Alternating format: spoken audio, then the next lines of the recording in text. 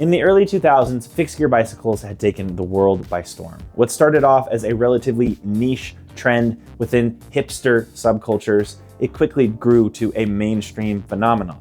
Everyone wanted to get their hands on these sleek, customizable, and often very colorful bicycles. At its peak of popularity, fixed gear had major corporate sponsors, Red Bull events, and even a major motion picture dedicated to fixed gear. As people got more familiar with riding fixed gears and the unique riding characteristics, people started to experiment with tricks. And as time went on, people progressed these tricks further and further until a new scene in and of itself was born, fixed gear freestyle.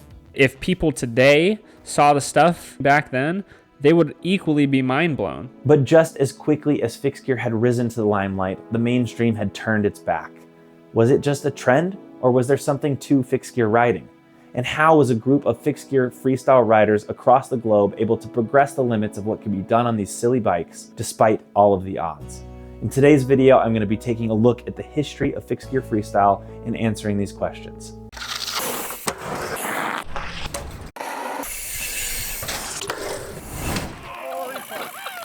Before we get into the meat of this video, I got to give a shout out to a very relevant sponsor, RUFF Bike Co. They're actually the reason that I wanted to make this video and this deep dive.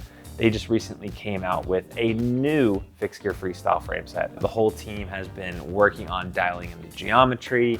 I was really stoked to have a part in the FOED collab graphics. It's literally a childhood dream come true. The team at RUFF Bike Co. is just incredible. I wouldn't be riding fixed gear freestyle today still if it weren't for them. So big shout out to them. I would have it behind me to show you, but it's actually in a box ready to go to Amsterdam to go ride with some of the RUFF Bike Co. team. For a long time, it was really hard to get fixed gear freestyle parts. We're gonna get into that. And there is more available now than there ever has been, and all of the parts are solid. So take advantage of that if you've been thinking about getting into fixed gear freestyle. One other announcement, I'm gonna be making some big changes to the types of content that I'm posting on this channel, and I'm also gonna be opening up a secondary YouTube channel. Over the last 2 years, I've really gotten into running, and I've been working on a documentary at that same time about how me and my friends ran a marathon around a roundabout. And it's this really silly adventure that I'm so excited to share, and I'm gonna be putting it on this channel in early January. And I know there are some of you out there that are just not going to be interested in that sort of thing. That's why I've started a second channel. I've already started to upload some content on it, and that one is going to be strictly fixed gear focused. I'm always gonna love fixed gear. It's gonna be a part of my life no matter what. But as my interests change and I grow as a person, I want to continue to be able to make films and content about those new subjects. And I'm really hoping that more of you out there want to join me on this journey than those who don't. And for those who don't, I totally respect that. And I'm not going to forget about fixed gear or stop riding bikes. Like, that's always going to be a part of me. Actually, this film talks a lot about why fixed gear and bike riding is so important to me. And so I really hope that you'll come along with me on this journey. It's a big risk. I really have no idea how this is gonna go. I'm really excited about this new project though. It's called the WHALEATHON. I'm gonna try to drop it in early January. More details to come. If you're not subscribed to this channel already, please do so and go check out the new channel as well. Fixed gear freestyle is a niche within a niche. If you're not familiar with fixed gear culture in general, it looks sort of like road cycling, but trading in the helmet and spandex for a messenger bag and jeans. Messengers were at the center of fixed gear culture. These badasses were delivering packages in cities like New York City, San Francisco, weaving in and out of traffic, and they wanted a bike that was durable and simple and they didn't have to work on, and fixed gears were the perfect solution. Fixed gears also offered a way that you could control the bike without the need for brakes.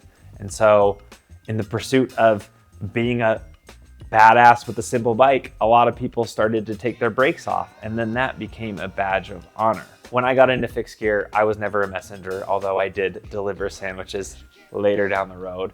But something about the punk rock ethos and just riding fast and doing crazy stuff is something that really resonated with me. And I think it makes sense that a type of cycling with sort of a punk rock ethos would gravitate towards trick riding. I decided to bring on a good friend and fixed gear historian, Jonathan Ball, to talk a little bit more in depth about this subject. Mr. Jonathan Ball, I'm very glad to have you here. Happy to be here, Jackson. I want to make the claim that no one knows more about fixed gear history on planet Earth other than you. I don't want to have full confidence on that statement, but especially if it's fixed gear as a whole. But if it's fixed gear freestyle from the dates of 2009 to present, then I'm pretty damn knowledgeable. 2009, I got my first fixed gear bike. It was cool at my middle school.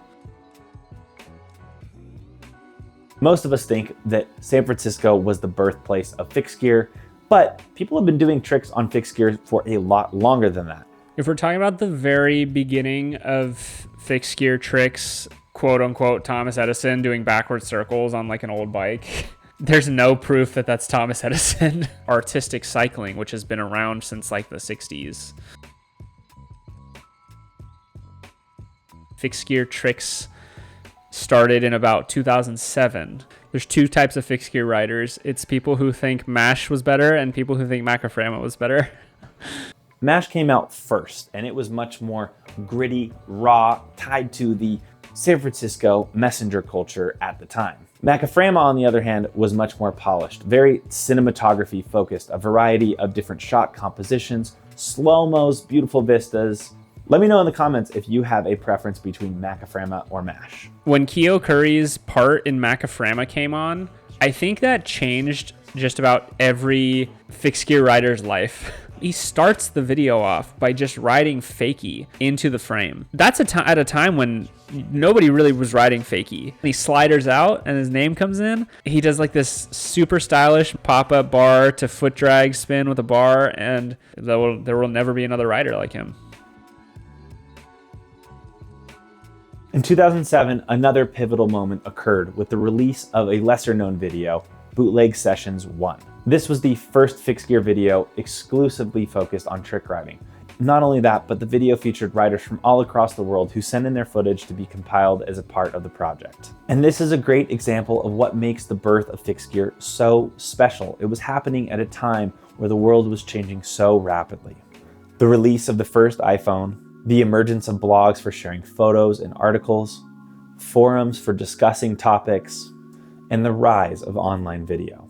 It was the first time that people from all across the globe who shared the same passions and interests could connect in this meaningful new way.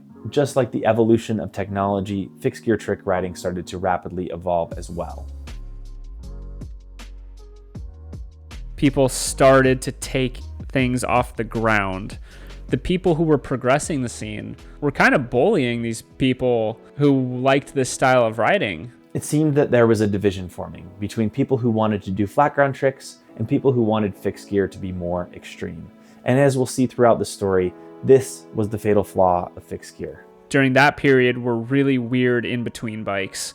People started to break shit way too much. Like, it was the hardest time to ride a fixed gear, and LAMARCHE made it look so good. He could hop so high on a charged scissor. It was insane. Especially because of Prawley.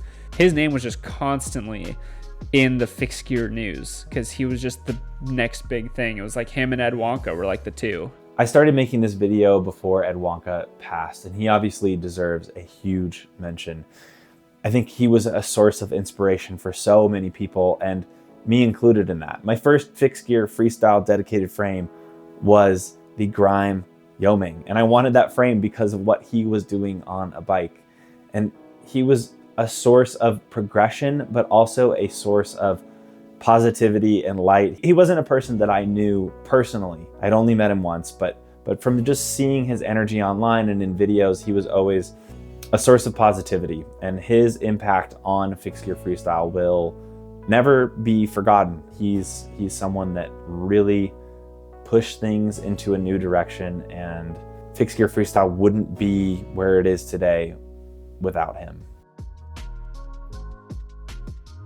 people started to really push the limits on this stuff. Like 2011 to 2014 is what I consider like the golden era. Trick track is completely dead. Nobody is doing fish and chips anymore. Nobody's doing Keo spins. It's Tom LaMarche, Steven Jensen, Ed Wonka, Tori Thornton. All of these people were just absolutely exploring the possibilities of these weird big bikes.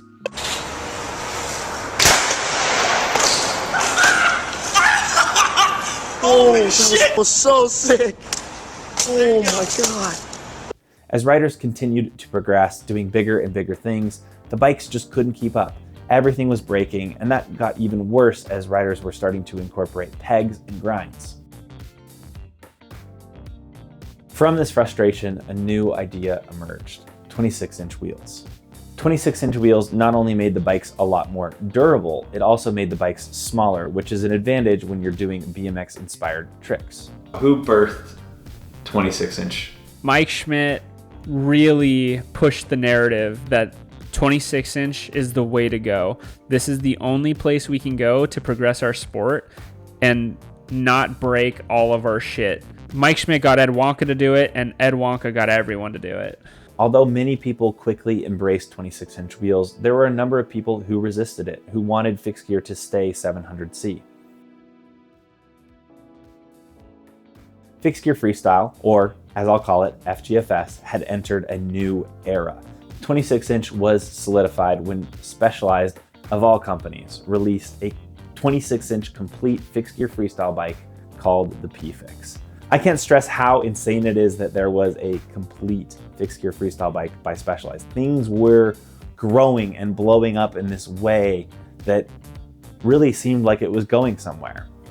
Riders were going bigger than ever. Some riders even doing tricks that were on par with BMX. Riders like Joe McKeague, Elliot Milner, and Steven Jensen showed just how far fixed gear freestyle could go in films like Stay Strapped. If you have never watched Stay Strapped, please stop what you're doing and go watch it right now. It's seriously one of the best fixed gear freestyle videos of all time. It seemed like within the world of fixed gear freestyle, everything was moving in a positive direction.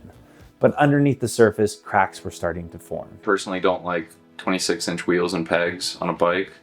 That's why I got a BMX, because I saw fixed freestyle going into 26 wheels, and you have to relearn how to ride your bike. It's a completely new experience.